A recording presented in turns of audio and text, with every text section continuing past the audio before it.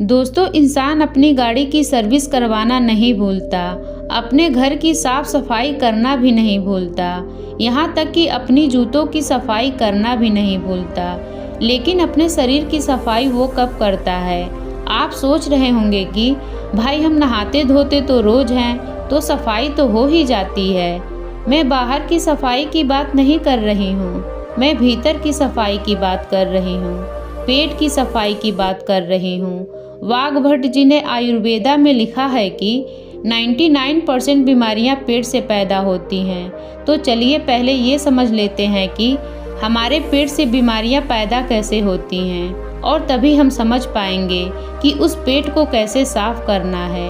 आपको ऐसे बहुत सारे लोग दिखेंगे जो अपने बीमारियों के कारण दुखी रहते हैं, डॉक्टरों के पास घूमते रहते हैं, किसी वैद्य के पास जाते रहते हैं, और फिर उनका जीवन दवाइयों के सहारे चलने लगता है। और ये भी हकीकत है कि उन दवाइयों से उन्हें कुछ देर के लिए आराम तो हो जाता है, लेकिन उस बीमारी की जड़ कभी नहीं जाती। और जैसे ही वो दवाई लेना छोड़ते हैं तो वो दर्द उन्हें फिर से परेशान करने लग जाता है। दोस्तों, कितने लोगों को तो आपने देखे होंगे, और वास्तविकता में तो आपके परिवार में भी ऐसे लोग होंगे। किसी के हाथ में दर्द होता है, किसी के घुटनों में दर्द होता है, किसी के पैर में दर्द होता है, और किसी को तो डायबिटीज है, किसी का लीवर खराब है, किसी को पथरी है। लेकिन समझने की बात यह है कि जिस तरह एक बीज से एक पेड़ बनता है, उसी तरह हमारे पेट में जमा गंदगी से ही इन सारी बीमारियों का जन्म होता है। दोस्तों, ये तो हम सभी जानते हैं कि फलों और कच्ची सब्जियों को पचने में तकरीबन 2 से 3 घंटे लगते हैं। वहीं पर अगर हम अनाज की बात करें, जैसे गेहूं या फिर कोई और अनाज, तो उसको पचने में 5 से 6 घंटे लगते हैं। लेकिन अगर हम बात करें मांस या मछली या फिर नॉनवेज की, तो उसको पचने में 15 से 20 घंटे लग जाते हैं। अब जो हम खाते हैं वो किस तरह गंदगी के रूप में हमारे शरीर में जमा होता है, ये बड़े ध्यान से समझना। ये समझोगे तभी ये समझ पाओगे कि उस गंदगी को कैसे बाहर निकालना है। इसे मैं आपको आसान तरीके से एक उदाहरण के माध्यम से समझाती हूँ। मान लीजिए कि आप अपनी गाड़ी लेकर अपने घर से जाते हैं। रास्ते में गाड़ी सड़क पर चलती है, और कुछ दूर सड़क पर चलने के बाद सामने कीचड़ आ जाता है। अब जब कीचड़ में से गाड़ी होकर निकलेगी तो उसके टायर पे भी कीचड़ लगेगा, उसका टायर गंदा होगा। अब वो कीचड़ कुछ दूर बाद ख़त्म हो गया और आप फिर से सड़क पर आ गए।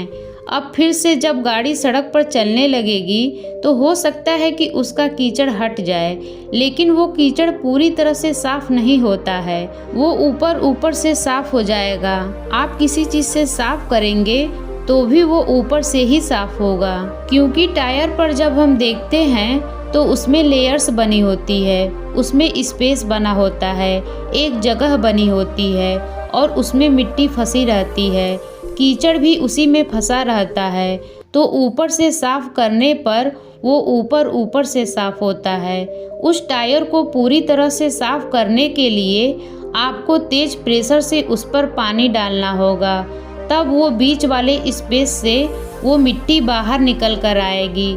लेकिन अगर हम हाई प्रेशर से उस पर पानी नहीं मारते हैं तो वो मिट्टी सालों सालों तक उसी में फंसी रहती है और टायर यूं ही चलता रहता है। उसी तरह से जब हम कोई खाना खाते हैं तो पहले तो वो खाना हमारे मुंह में आता है, मुंह में हम उसे चबाते हैं, फिर वो हमारे पेट में पहुंचता है, जहाँ पर हमारी इंटेस्टाइन उसमें से रस लेती है, उसमें से जो भी न्यूट्रिशंस होते हैं उन्हें खींच लेती है, और उसके बाद उसे स्मॉल इंटेस्टाइन में भेज देती है, जहाँ से वो अपने रास्ते से बाहर आ जाता है।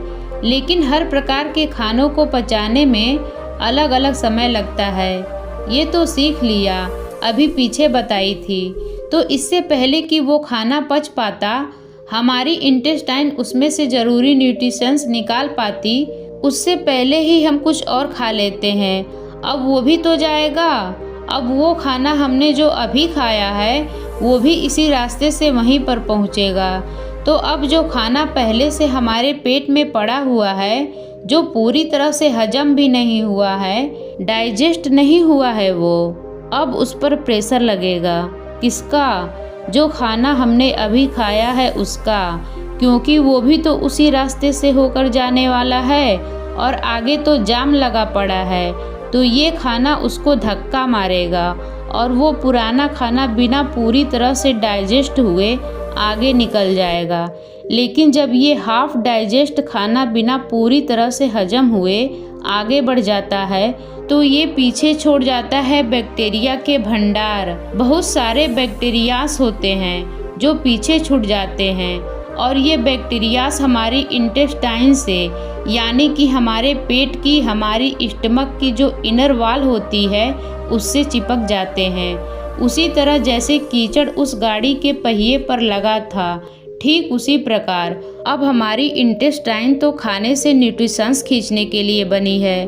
तो जब हमारी इंटेस्टाइन खाने से न्यूट्रिशंस खींचती है और शरीर के दूसरे अंगों में उन्हें पहुंचाती है, तो उन न्यूट्रिशंस के साथ ये बैक्टीरियाज जो पहले से हमारे इंटेस्टाइन से चिपके हुए थे, ये भी खून के साथ अलग अलग अंगों में पहुंच जाते हैं। जब ये बैक्टीरिया वाला खून हमारे शरीर के अलग अलग अंगों पर पहुंचता है तो अलग अलग प्रकार की बीमारी पैदा होती है। जैसे जब ये लीवर में पहुंचेगा तो वहाँ पर पथरी बनने के चांसेस रहेंगे। जब ये दिल के पास पहुँचेगा तो दिल के दौरा पड़ने के चांसेस रहेंगे। और जब ये मस्तिष्क में पहुँचेगा तो ये दिमाग की बीमारी पैदा कर देगा। और इसी प्रकार जहाँ भी ये पहुँचेगा, जोड़ों में पहुँचेगा तो जोड़ों का दर्द पैदा करेगा। तो इसीलिए समय समय पर हमें अपने पेट की सफाई करते रहना चाहिए ताकि हमारे इंटेस्टाइन में बैक्टीरियाज जमा ना होने पाए। चलिए मैं आपसे पूछती हूँ कि घर की सफाई करने के लिए सबसे पहला स्टेप क्या होता है? भाई कॉमन सेंस की बात है कि अगर हमें अपने घर की सफाई करनी है तो सबसे पहले कमरे को खाली करना होगा। अगर फर्श की सफाई करनी है तो फर्नीचर को बाहर निकालना होगा। उसी तरह से हमें भी अपने पेट की सफाई करने के लिए ऐसे ही शुरुआत करनी चाहिए। अगर हम अपनी पूरी बॉडी को डिटॉक्स करना चाहते हैं तो सबसे पहले हमें अपने पेट को साफ करना होगा, जहां से पूरी बॉडी में बैक्टीरिया सप्लाई हो रहे हैं। तो इसका सबसे अच्छा, सबसे पहला और सबसे आसान तरीका है व्रत करना। फास्टिंग करना चालू करिए। फास्टिंग करने से हमारा पेट खाली होगा और जब हमारा पेट खाली होगा तभी तो उसकी सफाई कर पाएंगे। अब देखिए, फास्टिंग करना कुछ लोगों को बहुत डिफ़िकल्ट लगता है, बहुत कठिन होता भी है। जो लोग फास्टिंग कर सकते हैं वो लोग फास्टिंग करें। हफ्ते में किसी दिन कर लें या महीने में कर लें। और फास्टिंग करें तो पानी, जूस या फिर फल इत्यादि ही खाएं, क्योंकि तभी तो वो फास्टिंग होगी। और जिन लोगों को ये कठिन लगता है कि वो भूखे नहीं रह सकते, फलों से उनका पेट नहीं भरता है, तो ऐसे लोग हल्का खाना खा सकते हैं, जैसे खिचड़ी खा ली। जब आप इस तरह का कोई व्रत करते हैं तो जाहिर सी बात है आपका पेट खाली ही रहेगा। और जब आपकी बॉडी को विटामिन्स या फिर न्यूट्रिशंस चाहिए होंगे तो वो आपकी इंटेस्टाइन के पास इंफॉर्मेशन भेजेंगे कि आगे न्यूट्रिशंस की ज़रूरत है, सप्लाई चाहिए, हमें जल्दी से दो। और इंटेस्टाइन के पास कुछ है ही नहीं तो वो क्या देगा? तो जो बैक्टीरियाज इंटेस्टाइन पे पहले से चिपके होते हैं, खून उन्हीं को लेकर उन अंगों के पास पहुंच जाता है और इस तरीके से वो इंटेस्टाइन, यानी कि हमारी पेट की जो इनर वॉल है वो साफ़ हो जाती है, उन पर से बैक्टीरियाज हट जाता है। लेकिन अब वो बैक्टीरियाज हमारी खून में मौजूद है, तो अपने खून में से वो बैक्टीरियाज निकालने के लिए आपको पसीने निकालने चाहिए। आप जितने पसीने निकालेंगे उतना ही आपका खून डिटॉक्स होता चला जाएगा। जो हमारे स्किन में छोटे छोटे पोर्स होते हैं ना, वहाँ से पसीना बाहर आता है, तो उस पसीने के साथ जो हमारे खून में अनवांटेड मटेरियल्स होते हैं वो भी बाहर आ जाते हैं। लेकिन एक बात सच बताना, आप में से बहुत सारे लोग सोचते तो होंगे कि कल से ही हम अच्छा रूटीन बनाएंगे, डेली एक्सरसाइज करेंगे, अच्छा खाना खाएंगे और अपने शरीर का ख्याल रखेंगे। लेकिन अगली सुबह आते ही आप भूल जाते हो, फिर से वही रूटीन, फिर से लेट उठना, फिर से ऑफिस में जाना और फिर से आकर के उसी तरह रात में लेट सोना। देखिए, इसमें गलती इंसान की नहीं होती, इंसान का रूटीन ही ऐसा हो गया है। वो कभी रात की ड्यूटी करता है तो कभी दिन की ड्यूटी करता है, तो इस तरीके से उसका कोई रूटीन फिक्स हो ही नहीं पाता और वो अंदर ही अंदर अपने मन में निराश होता चला जाता है। भाई, किस तरह से एक्सरसाइज स्टार्ट करोगे? टाइम तो मिलता ही नहीं है तुम्हें, कैसे अपना ख्याल रखोगे बताओ मुझे। तो दोस्तों, इसके लिए विकल्प होते हैं। अगर तुम ध्यान से सोचोगे, दिमाग लगाओगे, तो तुम्हें ऐसे तरीके मिल जाएंगे।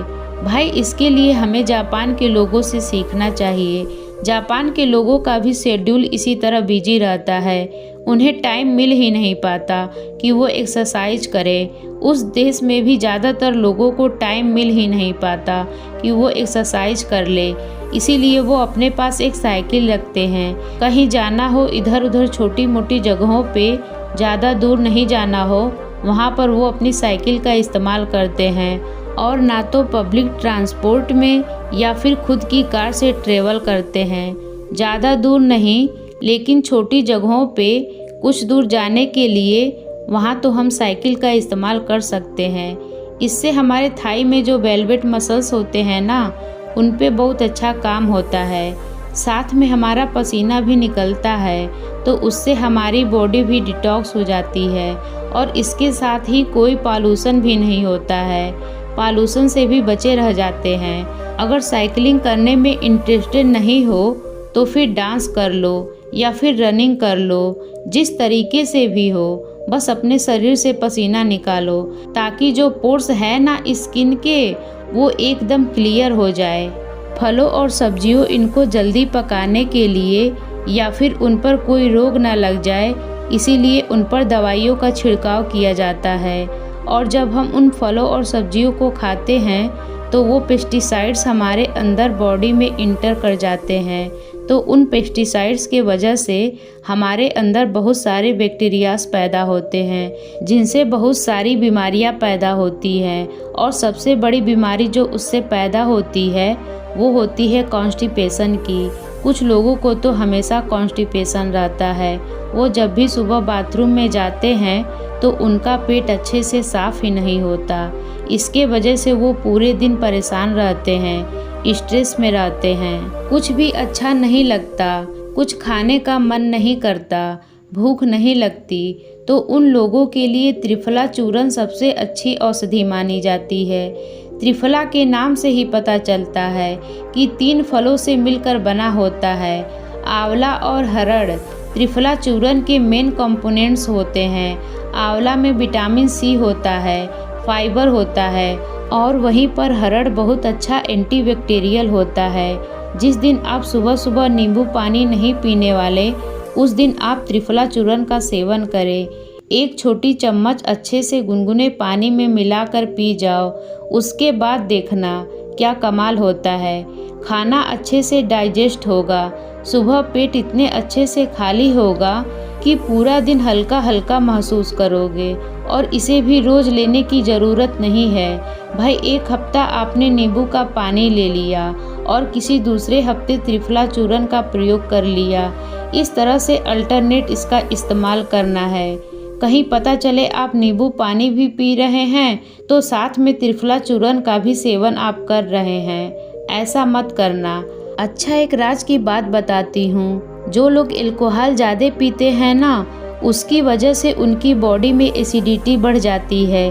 तो ये त्रिफला चूर्ण है, ये उस अल्कोहल के इफ़ेक्ट को भी बहुत कम कर देता है। अगर आप पहले से कोई दवाई ले रहे हैं तो त्रिफला चूर्ण को अवॉइड करना या फिर अपने डॉक्टर से कंसल्ट करके तभी लेना। दोस्तों, एक और बहुत अच्छा तरीका होता है बॉडी को डिटॉक्स करने का, वो है कि खाने से पहले फ्रूट्स या फिर सैलेड खा लो अच्छे से पेट भर के। उससे क्या होता है कि फलों और सब्जियों में फाइबर होते हैं बहुत अच्छी मात्रा में। जब वो फाइबर हमारे बॉडी में पहुंचते हैं तो लुब्रिकेशन पैदा करते हैं, जिस लुब्रिकेशन के वजह से जो हम खाना खाते हैं वो कहीं पर भी अटकता नहीं है, वो आसानी से नीचे चला जाता है। दोस्तों, खाना कभी भी पूरा भर पेट मत खाना, हमेशा 80% के लगभग ही खाना चाहिए। 20% जगह पेट में खाली रहने देना चाहिए। ये सारी तरीके आपके बॉडी को पूरी तरह से डिटॉक्स कर देंगे। इनमें से कुछ तरीके थोड़े आसान हैं तो कुछ तरीके थोड़े कठिन हैं।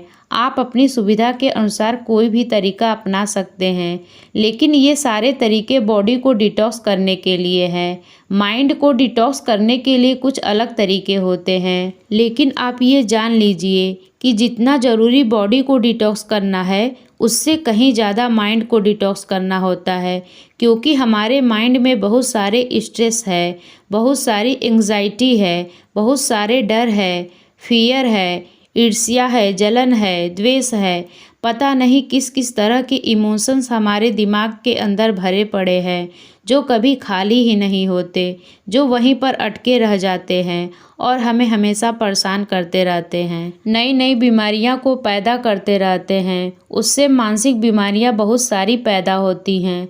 डिप्रेशन हो जाता है, हमेशा दुखी रहना, खोया खोया रहना, समाज से कट के रहना, किसी से मिलना जुलना नहीं, कॉन्फिडेंस कम हो जाना, अपने एक्सप्रेशंस दूसरों के सामने एक्सप्रेस ना कर पाना, ये सब सारी प्रॉब्लम माइंड को डिटॉक्स करके दूर किया जा सकता है। दोस्तों, ये वीडियो आपको कैसी लगी कमेंट सेक्शन में ज़रूर बताएं।